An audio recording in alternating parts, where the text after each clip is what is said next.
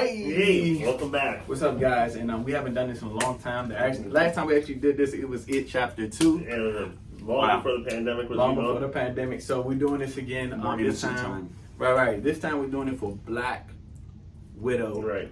Movie just dropped this weekend.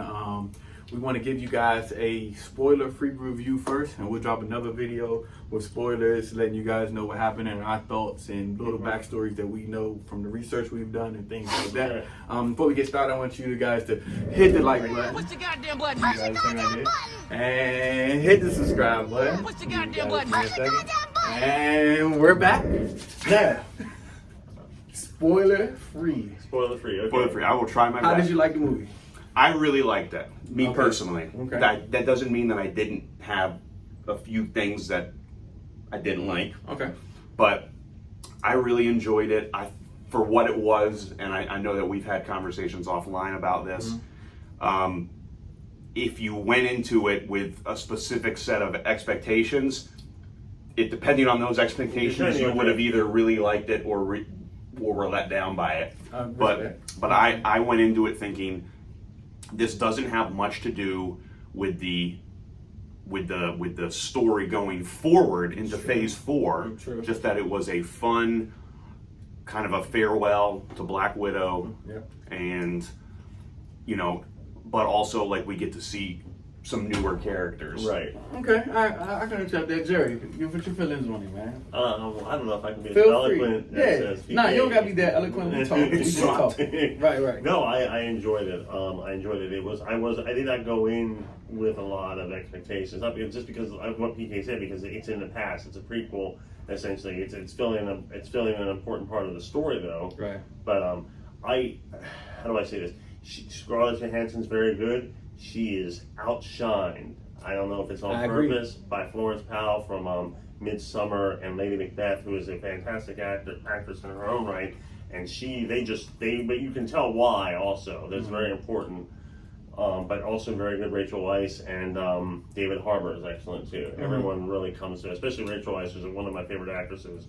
And I just also what I like, and Ray Winstone's in it too, and he's very good. And also, Olga Kurylenko, who was from Quantum of Solace and Hitman and Centurion, who's the... but don't say who she is. No, but I'm just saying she's in it. So there's a lot of good, like, what we call genre actors in it as well. What I really liked about it reminded me, though, if you've ever seen the show The Americans on FX, it had that vibe, and that's what I really loved about it. That's exactly what I thought. That was my favorite part, actually. I remember watching the movie, and I'm like, man, this is a lot like The Americans. Yeah, it was really good. So, which was about, I don't know. I never seen them, but it's literally a show about sleeper agents. In the 70s and 80s, the KGB had their agents they weren't real families. They're people they put together to make up pretend to be an American family, but they're spies. Okay. Yeah. So I'm gonna get my.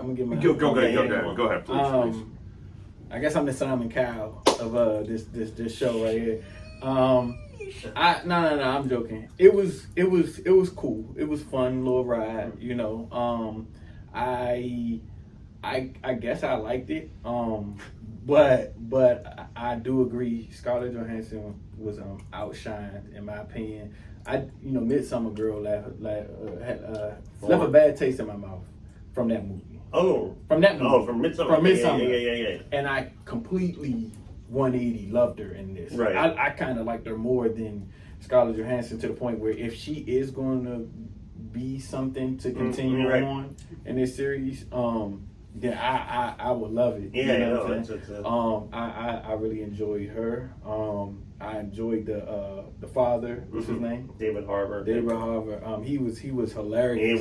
He was great. He was hilarious in the movie. There's arm wrestling scenes in the prison.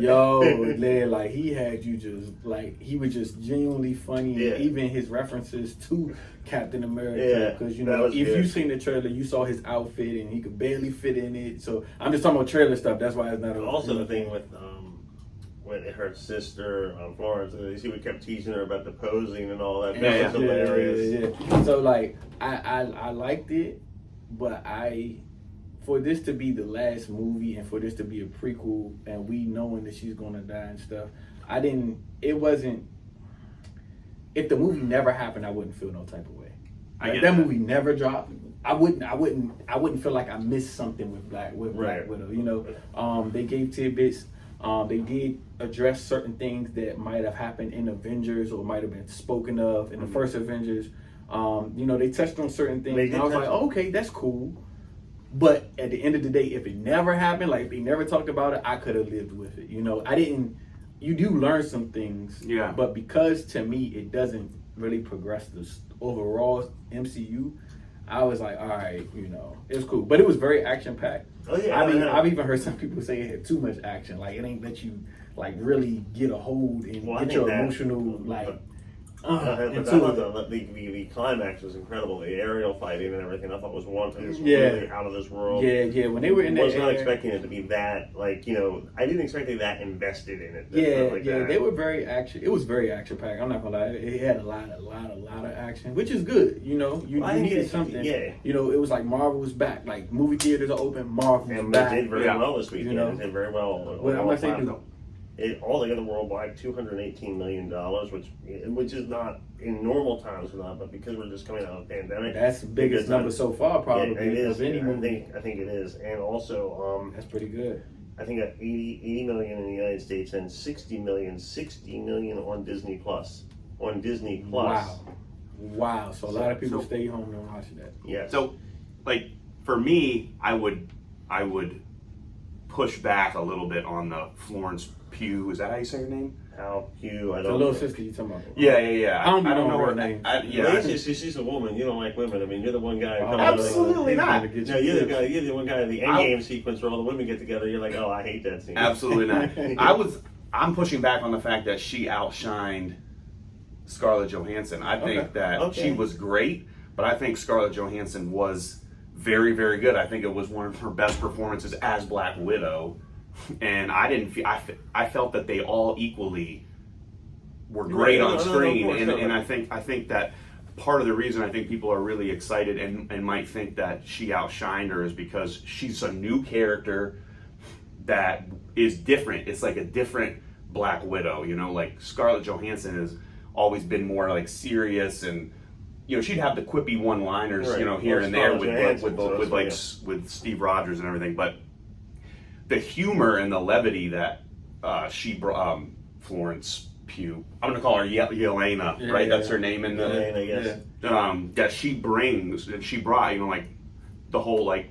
Well, I don't want to. I can't. This is the non-spoiler one, so I can't We'll say get anything. to the spoiler. We'll get to the spoiler. We'll talk more in depth about it. But certain lines that she had, just her overall personality, I thought was more fun than what Scarlett Johansson's character's been over the last 10 years. It was, but then she also was still serious. Like she had a tone to her. Yep. You know what I'm saying? I guess growing up with that, you know, where they came up, the way they came up, which you see in the movie how they came up. She had a certain tone with her, and even when she was joking, it was like she wasn't really smiling. It was like, look, this is what you do. Just to let you know, she wasn't joking about it. It's just how she was. I really enjoyed her. But like I said, the movie was cool. I just feel like if it never happened, you know.